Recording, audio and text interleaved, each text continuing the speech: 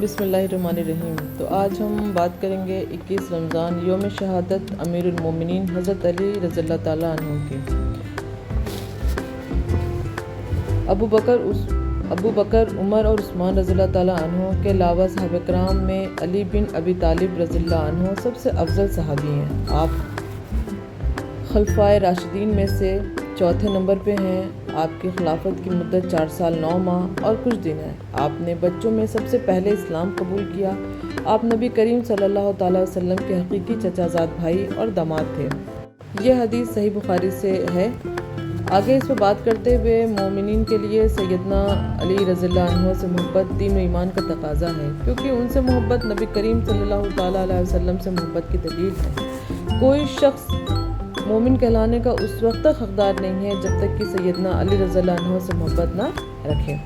تو آگے ہم حضرت علی علیہ السلام کے بارے میں بات کرتے ہوئے آگے کچھ روایات ہیں، اس کو ہم آپ کے سامنے پیش کرتے ہیں کہ پتہ چلا کہ کچھ لوگ سیدنا ابو بکر اور سیدنا عمر رضی اللہ تعالیٰ عنہم کے متعلق نازیبہ الفاظ استعمال کر رہے ہیں، تو آپ ممبر پر چڑھے اور فرمایا، اس ذات کی قسم جس نے دانے اور گٹھلی کو پھاڑا اور روح کو پیدا کیا، ان دونوں سے وہی محبت کرے گا جو فاضل مومن ہوگا، اور ان دونوں سے وہی عداوت رکھے گا جو بدبخت اور بد مذہب ہوگا، کیونکہ ان دونوں کی محبت تقرب الہی کا سبب ہے، اور ان سے نفرت رکھنا دین سے خارج ہونے کی علامت ہے۔ ان لوگوں کو کیا ہو گیا جو رسول صلی اللہ تعالیٰ وسلم کے 2 بھائیوں اور 2 وزیروں اور 2 ساتھیوں اور قریش کے 2 سرداروں اور مسلمان کے 2 باپوں کو نازیبہ الفاظ سے یاد کرتے ہیں۔ میں ان لوگوں سے لا تعلق ہوں جو ان دونوں کو برے الفاظ سے یاد کرتے ہیں، اور اس پر انہیں سزا دوں گا۔ سیدنا علی رضی اللہ عنہ کو لسان نبی صلی اللہ تعالیٰ وسلم سے شہید کا درجہ بھی۔ تو اسی بات کو آگے بڑھاتے ہوئے حضرت علی امیر المومنین حضرت علی رضی اللہ عنہ کے بارے میں کچھ اور باتیں بھی ہم یہاں پہ آپ کو تھوڑا سا جو ہے ایلیبریٹ کریں گے کہ یمن میں ایک عبادت گزار شخص رہتا تھا جس کا نام مشرم بن ویب تھا۔ شخص اپنی عبادت میں ہمیشہ اللہ سے ریاضت کی بدولت یمن میں مشہور تھا اور اس کی عمر تقریباً 190 سال کے آس پاس تھی۔ یہ شخص اکثر دعا کرتا تھا کہ اللہ اپنے حرم سے کسی نیک شخص کو بھیج دے تاکہ میں اس کی زیارت کر سکوں۔ اس کی دعا قبول ہوئی اور جناب ابو طالب تجارت کی غرض سے یمن پہنچے۔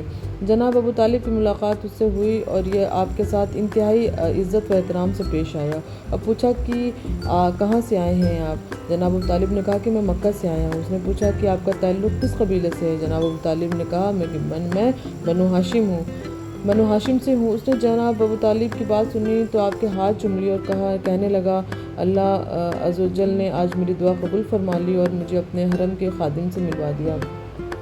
پھر اس نے آپ کا نام دریافت کیا تو آپ نے کہا کہ میرا نام ابو طالب ہے اور میرے والد عبد المطلب ہیں۔ اس نے جب عبد المطلب کا نام سنا تو کہنے لگا کہ میں نے آسمانی کتابوں میں پڑھا ہے کہ عبد المطلب کے 2 پوتے ہوں گے، جن میں سے ایک نبی ہوگا اور دوسرا ولی ہوگا۔ جو نبی ہوگا ان کے والد محترم کا نام عبداللہ ہوگا اور جو ولی ہوگا ان کے والد محترم کا نام ابو طالب ہوگا۔ جب وہ نبی 30 برس کے ہوں گے تو وہ ولی پیدا ہوں گے۔ پھر اس نے جناب ابو طالب سے پوچھا کہ کیا وہ نبی پیدا ہو چکے ہیں یا نہیں؟ جناب ابو طالب نے کہا کہ اس بات کا تو مجھے علم نہیں ہے، البتہ میرے بھائی عبداللہ کا ایک بیٹا ہے جن کا نام محمد ہے اور اس وقت ان کی عمر 19 برس ہے۔ اس نے کہا کہ جب آپ واپس لوٹیں تو انہیں میرا سلام کہیں اور کہیں کہ میں ان کو دوست رکھتا ہوں۔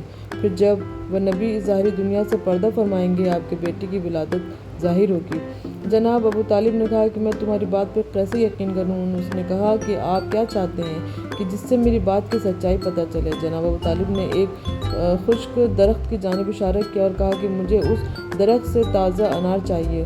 اس نے دعا کی کہ اللہ میں نے تیرے نبی اور ولی کی صفات بیان کی، ان کے صدقے میں مجھے تازہ انار عطا فرما۔ پھر دیکھتے وہ درخت ہرا بھرا ہو گیا اور جناب ابو طالب نے اس درخت انار کا پھل جو ہے انہوں نے کھایا۔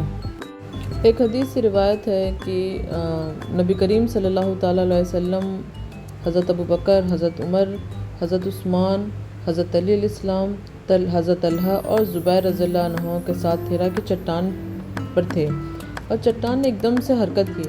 اس پر آپ صلی اللہ تعالیٰ علیہ وسلم نے ارشاد فرمایا کہ آرام سے رہو کہ تمہارے اوپر نبی ہیں، صدیق ہیں، شہید کے علاوہ کوئی بھی نہیں ہے۔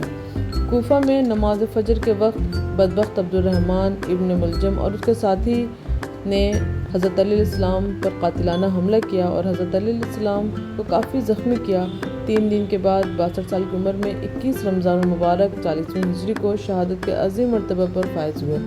حضرت حسن رضی اللہ عنہ نے جنازہ پڑھایا اور کوفہ کے عظمی نامی قبرستان میں سپرد خاک کر دیا گیا۔ تو یہ تھی حضرت علی علیہ السلام کے بارے میں ایک تھوڑی مختصر سی ان کی جو ہے تاریخی باتیں، اور آپ سے ہم پھر سے ملیں گے ایک نئی ہسٹری، تاریخی اسلامی تاریخ کی ہسٹری کو لے کر آپ کے سامنے۔